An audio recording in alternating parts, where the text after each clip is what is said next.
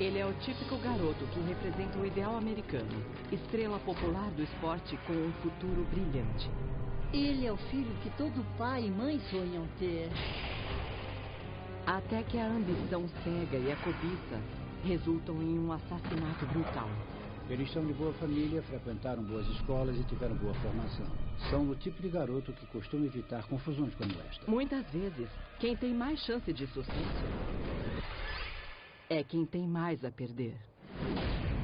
Sucesso interrompido.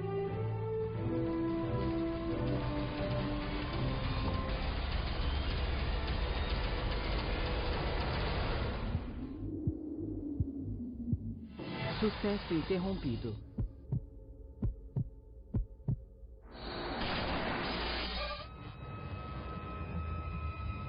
Um crime pelo qual ninguém esperava. Um expoente da escola que se aventurou no lado negro. Eu nunca pensei ouvir uma coisa dessas sobre o Butch. E até hoje, para mim, continua difícil de entender um choque.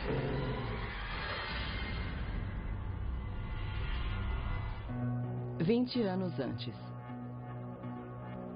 Munhall, Pensilvânia. Cidade produtora de aço às margens do rio Monongahela, perto de Pittsburgh. Foi nessa cidade de operários que Butch Pratt, o filho caçula de uma família de trabalhadores, cresceu em um apartamento apertado de 3 dormitórios em um conjunto habitacional para famílias de baixa renda. Eles não eram pobres, mas não tinham dinheiro sobrando. Eles tinham o básico, alimentação, roupas. A mãe dele trabalhava muito e tinha que tomar decisões difíceis na hora de gastar o dinheiro do mês. Para mim, esta era parte da realidade em que ele foi criado. O dinheiro não é a única dificuldade da família Pratt. Aos 5 anos, Butch tem sua perna direita afetada por uma doença nos ossos. Durante quase 2 anos, ele usa um aparelho na perna. As pessoas achavam que o desenvolvimento dele teria limitações por causa do aparelho, mas quando crianças nós nunca percebemos. Quando Butch tinha 9 anos, o casamento dos pais termina e o pai sai de casa, deixando a mãe para sustentar os filhos com o salário de enfermeira. A mãe do Butch sustentava a família. Ela trabalhou todos os dias desde que eu a conheci. Aliás, eu sempre achei que o Butch herdou a força e a resistência da mãe dele. Ela é uma pessoa prática e sem rodeios. Certo é certo, errado é errado. E o Butch foi criado assim. Meus pais também foram bem pobres. E a minha mãe dizia, ser pobre não quer dizer não ter respeito próprio. A casa da família Pratt era uma das casas que me deixavam frequentar. Estava sempre limpa, sempre arrumada. A senhora Pratt tinha expectativas. Eu diria que aquele era um lar de mãe solteira bom e estável. Superando os obstáculos físicos e emocionais, Butch inicia o ensino médio com uma determinação que o destacaria dos demais colegas. Ele era aquele cara que estava sempre animado e pronto para começar. Quando a gente ia pescar, acampar ou qualquer coisa, ele era o cara que te acordava às 6 da manhã, vestindo ceroula vermelha, sabe? Vamos lá, moçada, a gente tem que fazer alguma coisa. Talvez por causa da ausência do pai, Butch forma laços estreitos com um grupo de rapazes que se torna uma segunda família para ele. O Butch era o durão, o forte. Ele era o nosso protetor quando nós éramos pequenos, quando os outros meninos queriam mexer com a gente. O Butch era o garoto durão. E nós todos o admirávamos por isso. Ele foi o primeiro a desenvolver músculos e nós éramos ainda meninos, magrinhos e pequenos. Então, era mais ou menos como ter um irmão mais velho. Se surgia uma situação difícil, a gente sabia que ele sempre estaria por perto. Às vezes as famílias se desfazem. Eu não consigo imaginar nada separando a gente. Quem tá falando? Eu não faço ideia. Ele não estava salvando o planeta. Nenhum de nós estava. Nós éramos crianças, mas ele era o tipo de gente que fazia a coisa certa. Oi, tudo bem? A conduta gentil e a atitude positiva de Butch fazem dele um sucesso com as mulheres. O Butch era popular com as mulheres na escola. Ele era bonito, era inteligente, era engraçado. Tinha boa personalidade, tinha boa constituição e era atlético. Butch é um dos garotos mais populares da escola. Excelente em todos os esportes que pratica.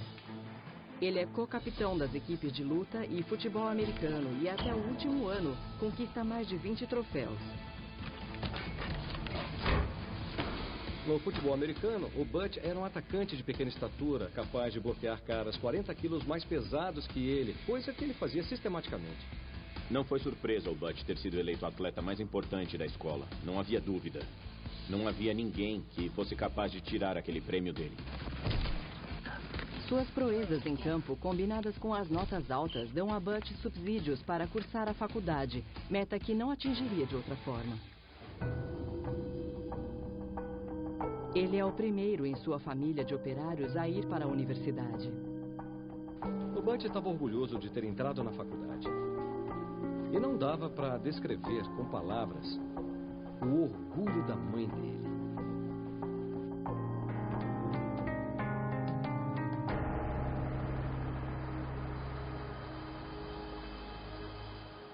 No segundo semestre de 1984, Butch deixa Munhall para frequentar a Tile College, uma pequena faculdade de ciências humanas na estranha cidade de Greenville, em Pensilvânia. Embora estivesse a apenas 90 minutos de casa, para Butch parecia um mundo à parte.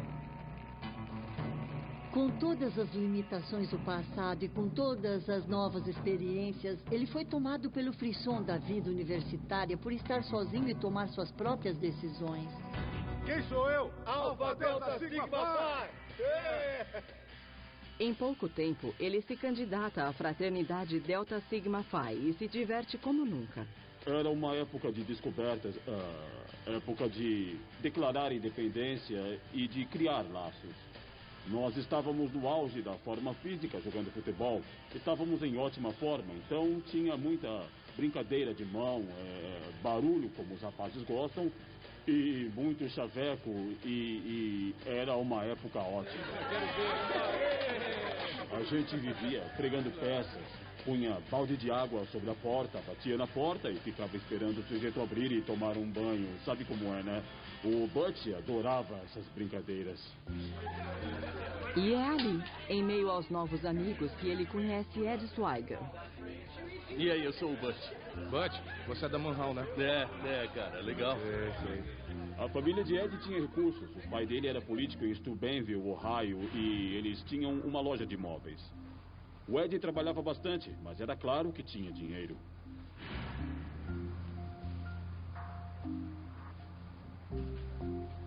O Ed era um pouco mais elite do que muitos outros ali. Aquilo tudo impressionou o Butch. O Ed representava um estilo de vida, de sucesso, de riqueza, do qual fazem parte coisas boas, coisas que o Butch nunca havia tido. Na fraternidade, Ed Swiger parece estar um pouco à frente dos demais. Ele era mais maduro no modo de ser e não tinha tempo para algumas coisas infantis que a gente fazia. Ô, Trey! Ele era mais focado no futuro que a maioria dos universitários, principalmente os da fraternidade. Eles pensam no futuro, mas também no que vai acontecer hoje, à noite e no fim de semana. O Ed parecia mais preocupado com o que ia acontecer em um ano. Ele estava na faculdade porque queria cursar direito. Era nisso que ele era focado. A determinação de Ed se aplica não só aos estudos, mas também aos treinos físicos. Ele é faixa preta em artes marciais e um entusiasmado praticante de musculação. O cara levantava mais de 200 quilos no supino e também abria espacate. Era muito impressionante. Ele realmente era uma pessoa focada e determinada, além de fanática. Ele passava horas na sala de musculação da academia. Ele se envaidecia muito do aspecto e do comportamento dele e era muito disciplinado em tudo que fazia. Se eu tivesse que descrever o Ed Swiger em uma palavra, seria disciplina. A partir do início do segundo semestre, Butch e Ed passam cada vez mais tempo juntos. Para com isso, você tá amolecendo, cara. Você tem que apertar o treino. E passaram a ser como irmãos. E aí, cara? E aí, cara? Tudo bem? Tudo bem? Beleza? No campus da Thiel, a fraternidade Delta Sigma Phi é como uma segunda família.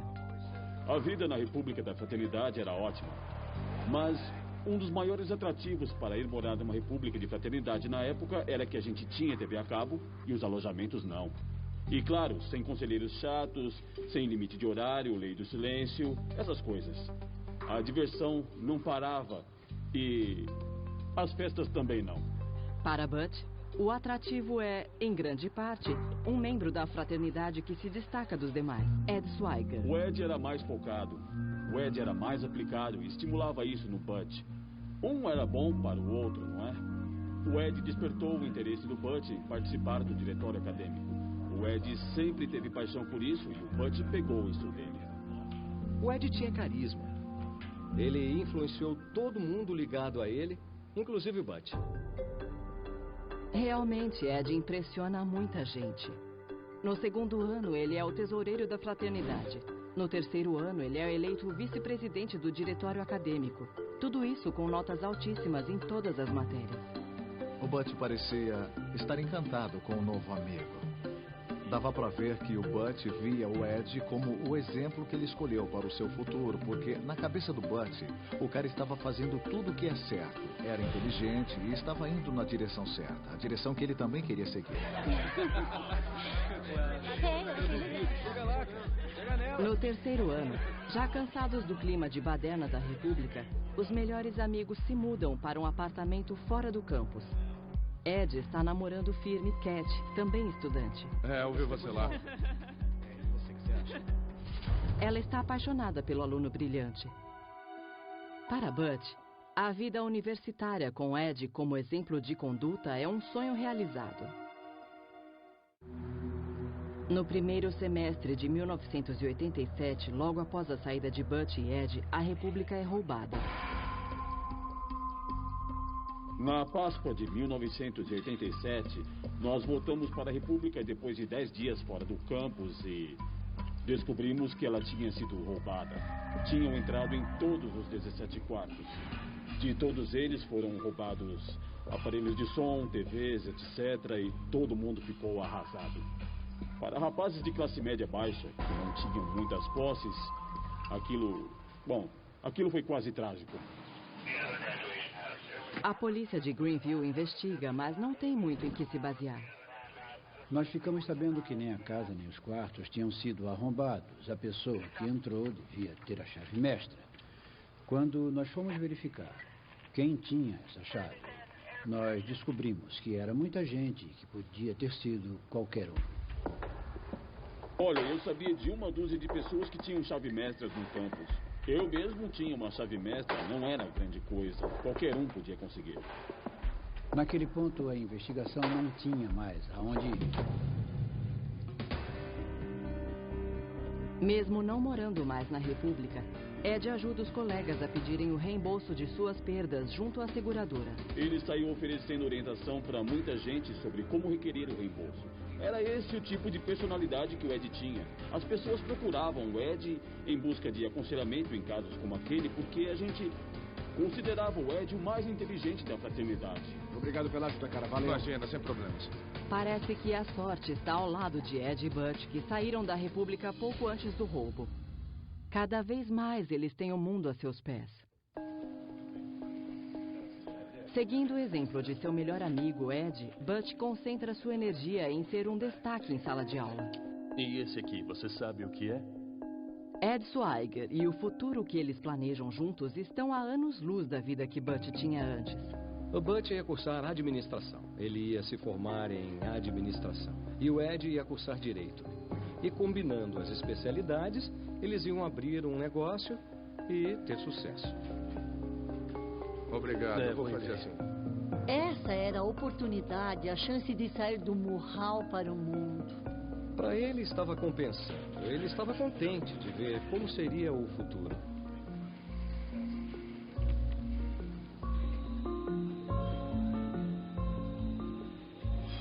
Até agora, a vida de ambos corre exatamente como planejado. Embora o roubo da República permaneça sem solução, os melhores amigos estão vivendo em grande estilo.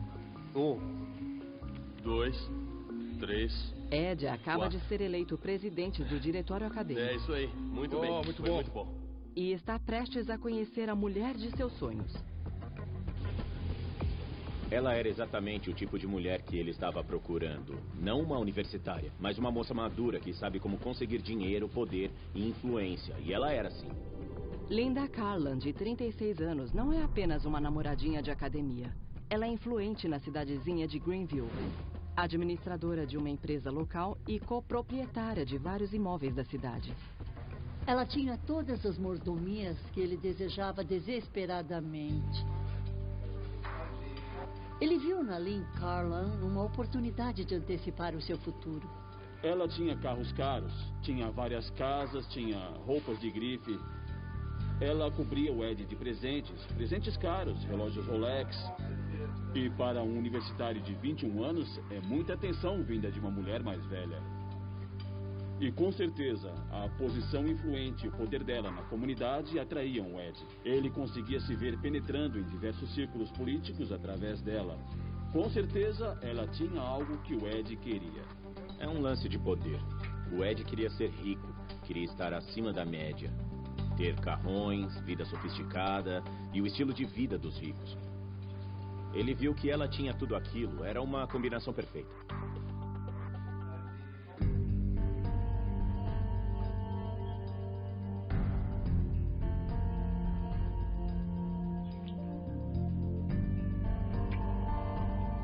Um relacionamento que mudará a vida de Ed de um modo que ele não imagina.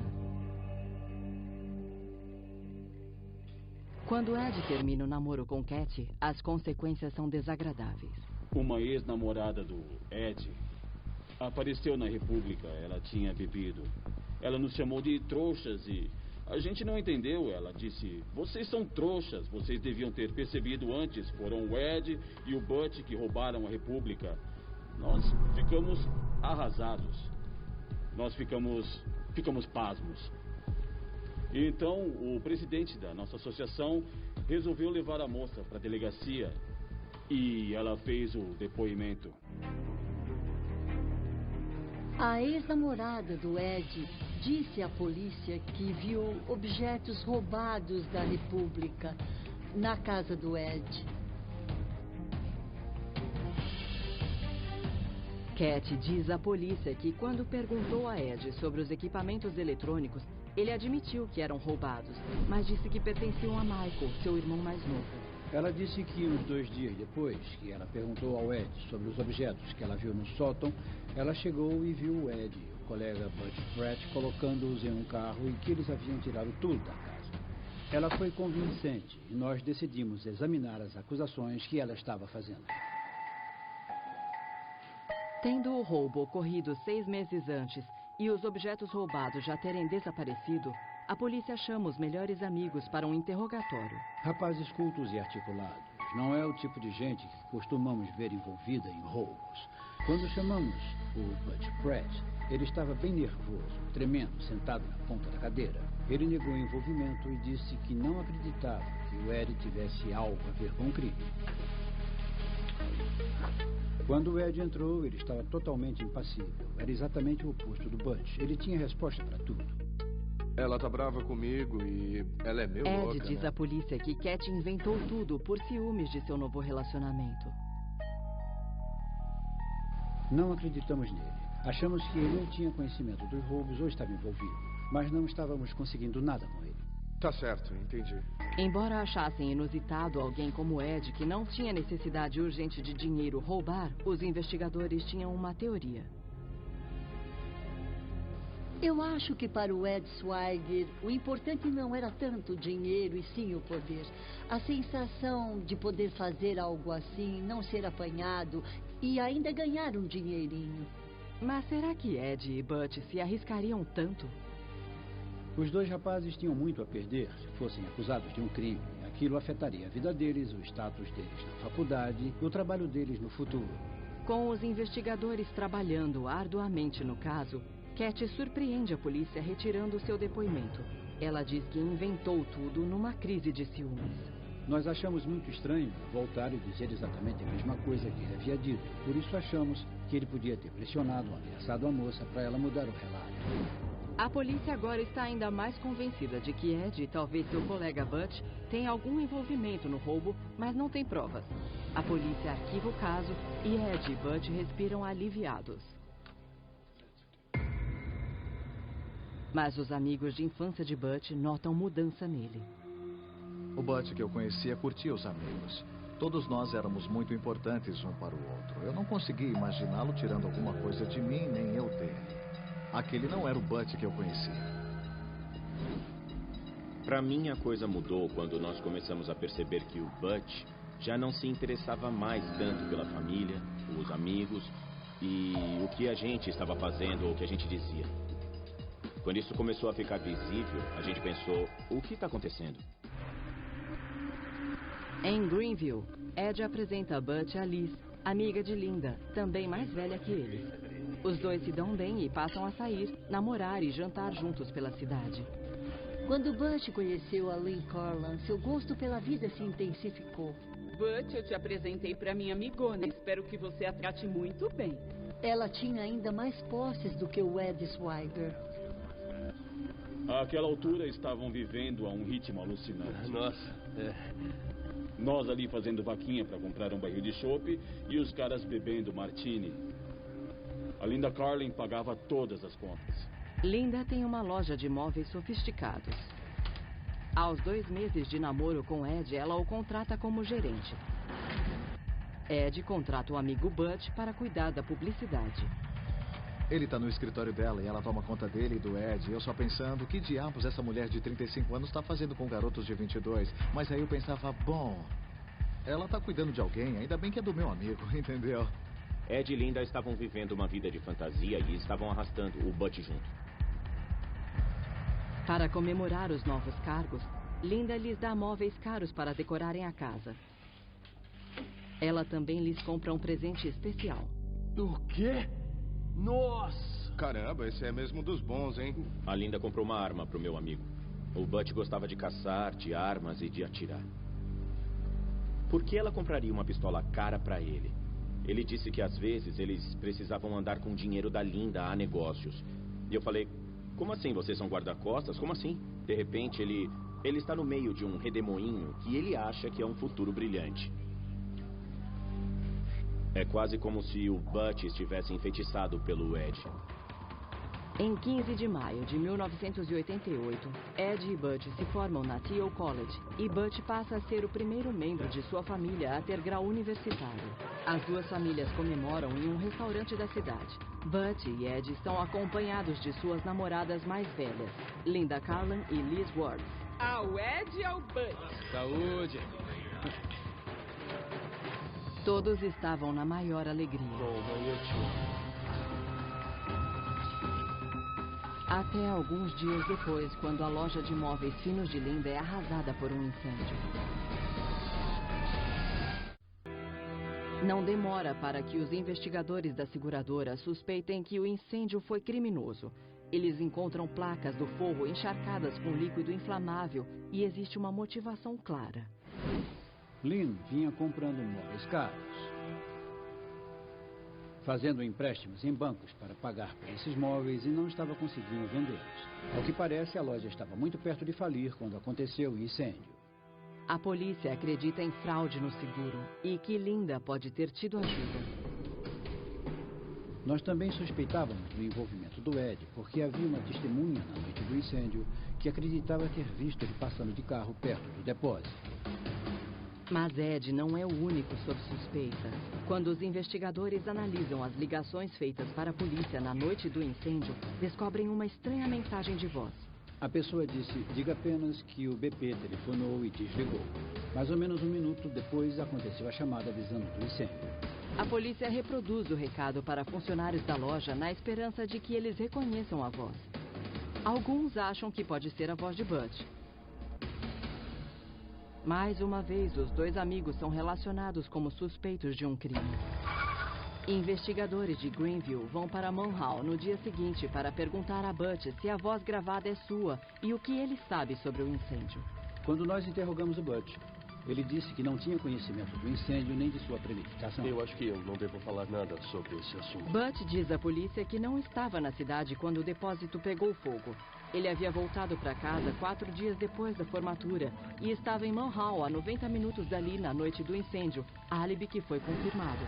Mas ele não consegue mais conviver com uma farsa. Ele confessa outra coisa. Nós entramos pela janela do primeiro andar. O Butch admitiu na hora que estava envolvido no roubo em Teal e nos disse que ele e o Ed eram os autores do roubo. Na época, eu achei que ele só queria tirar aquele peso dos ombros.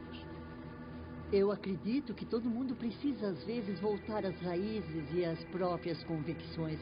Acho que para ele a volta ao lar foi uma volta simbólica à ética e à noção de certo e errado com a qual ele havia sido criado. Confirmando as antigas suspeitas da polícia, Butch diz que em 8 de março de 1987, ele e Ed entraram na República da Fraternidade por uma janela aberta. E com a chave mestra de Ed, entraram nos quartos dos moradores. Butch disse que eles guardaram os objetos roubados no sótão de sua casa até Michael, o irmão de Ed, vendê-los. A motivação? A adrenalina e, ao mesmo tempo, ganhar algum dinheiro. Ele também confessa aos amigos de infância. Ele me disse, você não vai acreditar no que eu fiz. Eu fiz uma coisa que está acabando comigo. Eu nem acredito que eu fiz aquilo. Tá, mas o que você fez? E então ele me contou. A gente roubou a fraternidade no feriado da Páscoa. Eu falei pro Doug, essas coisas acontecem quando a pessoa é jovem, e ele me fez o seguinte comentário: você consegue se imaginar roubando de um amigo? Eu disse não. Pensando no Butch, fica ainda mais difícil de entender que ele roubou coisas de pessoas que eram os amigos dele, algo totalmente fora do limite. Não tem explicação possível para aquilo. Aquele não era o Butch que eu conheci. Todos nós ficamos arrasados, e os amigos começaram a entender por que o Ed veio tão rápido oferecer ajuda com o seguro. Naquele momento, eles foram excluídos da fraternidade. Não sei se ele conseguia entender a razão daquilo. Em grande parte, era a influência de Ed Schweiger na vida dele. Naquele momento eu percebi. Aquele era o divisor de águas. Eu e o Butch nos aproximamos bastante. Ele precisava de mim, precisava dos amigos. Ele precisava de gente que amasse ele de verdade e se interessasse por ele. Uma semana depois, Butch vai a Greenville com seu advogado e se entrega por arrombamento e roubo. O filho preferido de Mulhall cai muito no conceito da comunidade. Para abrandar a pena, seu advogado faz uma oferta tentadora e fatídica. Ele disse, veja o que pode fazer pelo Butch. E em troca lhe daremos a cabeça de Ed Schweiger numa bandeja de prata. Isso traria à tona mais do que o caso da República. Butch tinha informações não somente do roubo, mas também do incêndio. Sem a sua participação e o seu testemunho, os crimes não queriam a julgamento. Butch ganha liberdade condicional e tem audiência marcada para o mês seguinte. Ed está inquieto. Se Butch o entregar, será o fim do futuro que ele planejou para si. Ed telefona para Butch para saber o que ele disse à polícia. Oi, Butch. É o Ed. Me liga. Butch não retorna a ligação. Aparentemente, ele quer se distanciar do mundo que ele e Ed compartilhavam. É o Ed, me liga. Eu sei que ele estava com medo, mas ele não disse, ele não me confessou. Esse era o jeito dele. Atende. Butch precisa espairecer e decide viajar. Ele sai para passar o fim de semana em Akron, estado de Ohio, com uma moça chamada Teresa, que ele conheceu através de Ed. A maior parte das vezes, Butch teve relacionamentos com meninas que terminaram em amizade. Com a Teresa, ele sentiu que era mais e estava considerando um compromisso mais sério.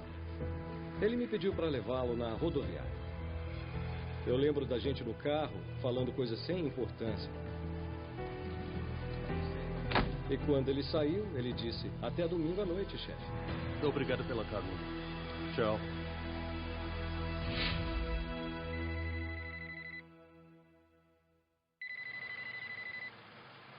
Na segunda, a mãe do Butch me liga, chorando.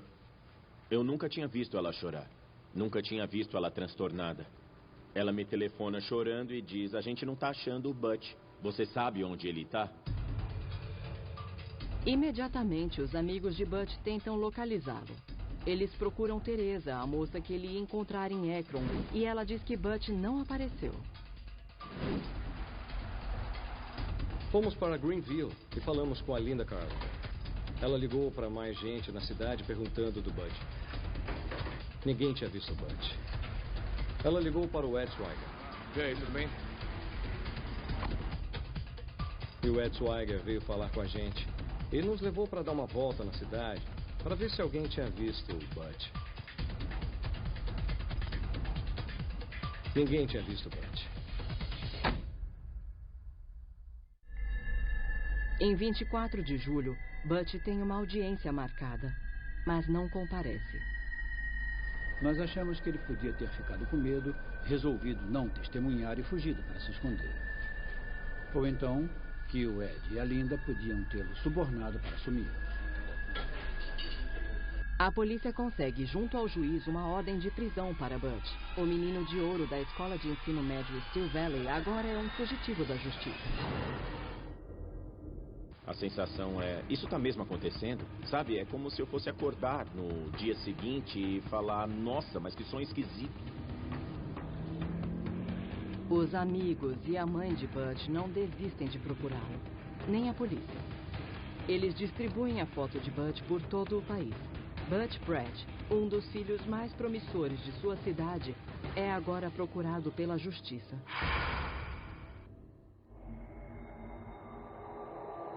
Os amigos não têm como não imaginar que Ed pode estar ligado ao desaparecimento. Eu imaginava que ele tinha feito algum acordo com o Ed, que o Ed tinha dado dinheiro para ele sumir por uns tempos. Vai viajar. Não conta pra ninguém, é isso que tem que fazer. 16 meses se passam e Butch continua desaparecido. Então Linda Carlan volta à cena. Ela está sendo investigada por mais um incêndio criminoso. Desta vez, em sua própria casa. Ela está ressentida com Ed Swiger, que está cursando Direito na Universidade Temple. Ed terminou o namoro com Linda e está noivo de uma mulher bem mais jovem. O ciúme de Ed simplesmente a consumiu. Ela tinha certeza de que eles continuariam juntos. Eles iam se casar, ela ia se casar com um advogado e político famoso. Talvez motivada por uma crise de ciúmes. Na tentativa de se livrar dos investigadores da seguradora, Linda Carlan choca a polícia com um relato estranho e inesperado. Ela achou que conseguiria controlar a situação procurando a polícia. Ela se vingaria do Ed por ter terminado o namoro com ela. Ela disse que o Ed Swiger havia matado o Butch e que ele estava enterrado em uma fazenda na Pensilvânia. Não sabíamos se ela estava falando a verdade. Os investigadores seguem para a fazenda para verificar.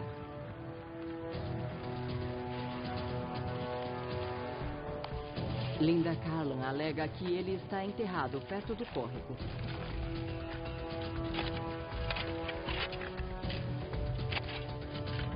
Eles cavam em vários locais, mas não encontram nada.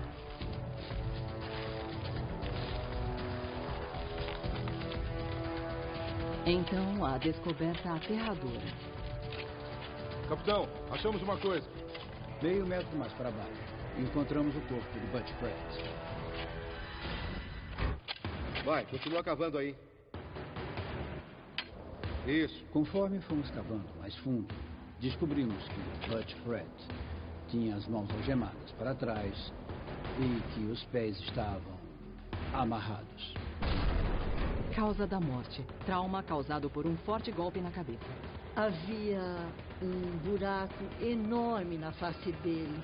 O tipo de ferimentos que havia no corpo do Butch, principalmente no rosto, mostrava que ele havia sido cruelmente espancado.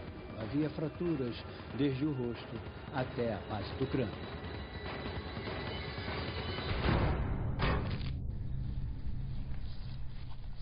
O advogado de Butch detalha para a polícia os acontecimentos que antecederam ao assassinato de seu cliente.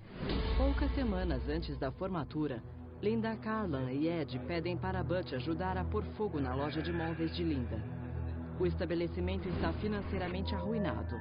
O dinheiro do seguro pode dar centenas de milhares de dólares. É um jeito simples de levantar algum dinheiro. Não tem como dar errado.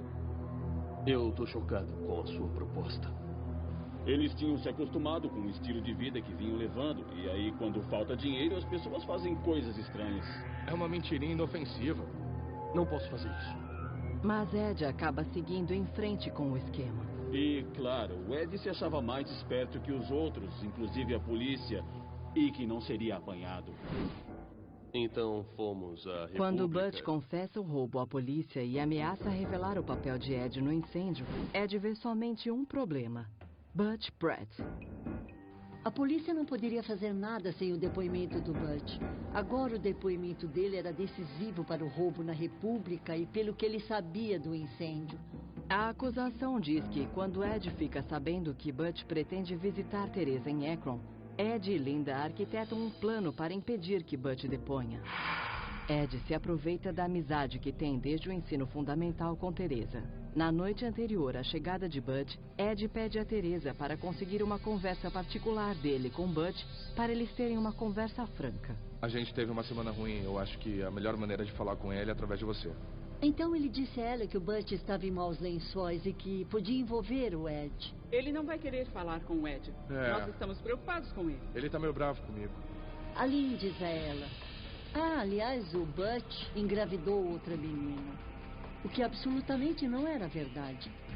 A Lynn disse aquilo a Teresa para ela cooperar e arranjar um encontro em um local isolado onde supostamente Ed pudesse conversar com o Butch. Tá, Ed, o que precisar. Encheram a cabeça dela com mentiras, eles a usaram, manipularam. A moça era amiga do Ed desde o 6º ano. Quando os dois se uniam, não tinha para ninguém. A colaboração era perfeita entre eles. Teresa disse a todos que Butch não havia aparecido em Akron, mas ela estava mentindo. Como é que você tá? Bem. Obrigado por me buscar. De fato, ela e a companheira de quarto Caroline vão buscá-lo na rodoviária como combinado, mas não o levam ao apartamento onde moram. Em vez disso, seguindo um plano cuidadosamente elaborado, encostar ali, por favor? Elas entregam Butch a Ed e seu irmão Michael em uma estrada vicinal abandonada. Você pode descer? Claro, É que eu tô bem. muito apertada. Tudo bem. Enganando-o para que saia do carro. Valeu, até mais. Sai. Ed e seu irmão Michael estão esperando. Segundo o depoimento no tribunal, à medida que o carro se afasta, as mulheres veem Butch cair de joelhos. A acusação acredita que Ed e Michael espancaram Butch e depois Ed atingiu várias vezes a cabeça de Butch com uma pedra. O buraco no crânio, o fato de que todos os ossos da face, inclusive o maxilar, estavam quebrados, indica que o ataque foi cruel e repetitivo e envolveu muita força bruta.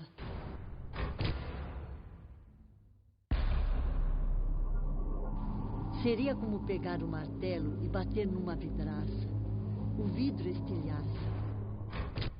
Ed, o irmão, põe o corpo de Butch no porta-malas e vão buscar Linda Carlan, que está esperando ali perto. Eles vão até uma fazenda em Pensilvânia, onde Linda havia morado, e enterram o corpo. Eles lavam o carro para remover todo o sangue e voltam para Greenville, certos de que escaparam livres de um assassinato perfeito. O Ed tem um problema de cabeça. Como alguém faz isso com o melhor amigo? Como alguém faz isso com alguém que já...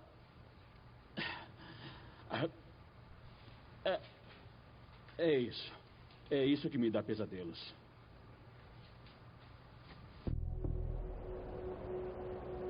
A notícia do assassinato de Butch arrasa a cidade de Manhall. Estava no vestiário de futebol da escola Steel Valley. Eu era auxiliar do técnico na época. Um dos assistentes, que morava no conjunto habitacional de Munhall, onde o Butch cresceu e que gostava muito do Butch, chegou para mim e disse: "Você não está sabendo?" E me contou que o Butch tinha sido encontrado. Que tinham encontrado os restos dele. Ele disse para eu ir para casa, porque ele sabia que nós éramos amigos. E eu disse para ele que o último lugar em que eu queria estar era em casa. E nós continuamos o treino. Eu agradeci por ter gente de quem eu gostava por perto e por não estar sozinho. Foi assim que eu soube. Eu soube chegando de uma viagem de fim de semana com uns amigos. Eu estava descarregando o carro e o meu irmão David estava lá. Eu falei, oi, e o David falou, como foi o fim de semana? E eu percebi que tinha algum problema. Ele falou, encontraram o corpo do Butch. Eu lembro de escorregar encostado na parede. E mesmo sabendo que a coisa provavelmente ia dar nisso, que no fim a gente ia ter essa notícia, existia aquele fiozinho de esperança, né? Poxa, quem sabe? Eu me lembro de que foi forte. Muito forte. Sabe, a realidade finalmente veio à tona e me consumiu. E eu chorei. Cara, como eu chorei. Pra tentar pôr pra fora o que eu tava sentindo, eu subi e escrevi uma carta pra ele. Para o Butch, meu melhor amigo. Tentei explicar o que eu tava sentindo. Sabe, eu disse que eu amava, eu disse que eu perdoava. E eu disse que eu queria... Eu queria voltar no tempo e te ajudar. Eu queria poder voltar no tempo e ver as oportunidades em que eu podia ter feito alguma coisa. E eu lamento muito de não poder ter ajudado você. Um amigo me ligou e perguntou se eu tinha visto o noticiário da noite anterior. Eu não tinha visto. E ele então me disse que parecia que tinham encontrado o corpo do Butch. Não foi surpresa. Eu nunca achei que terminaria assim. A gente imagina que um amigo pode sofrer um acidente de carro ou coisa do gênero, mas imaginar alguma coisa assim quando se é tão jovem, não, eu não esperava que alguma coisa assim acontecesse. Foi um fim muito triste para uma vida tão promissora, sabe? O Butch era bom. Se você está assistindo o programa e pensou, ele não era tão bom assim, pode acreditar, ele era. Por mais que a pessoa seja boa, pode chegar uma hora em que ela escorrega e não percebe. E aí, mesmo sendo uma pessoa certa, ela pode acabar se desviando. E isso pode acontecer com qualquer um. As oportunidades perdidas, o potencial perdido, é quase incomensurável de tão triste. Corta o coração, parte o coração. Que saudade. Muita, muita saudade.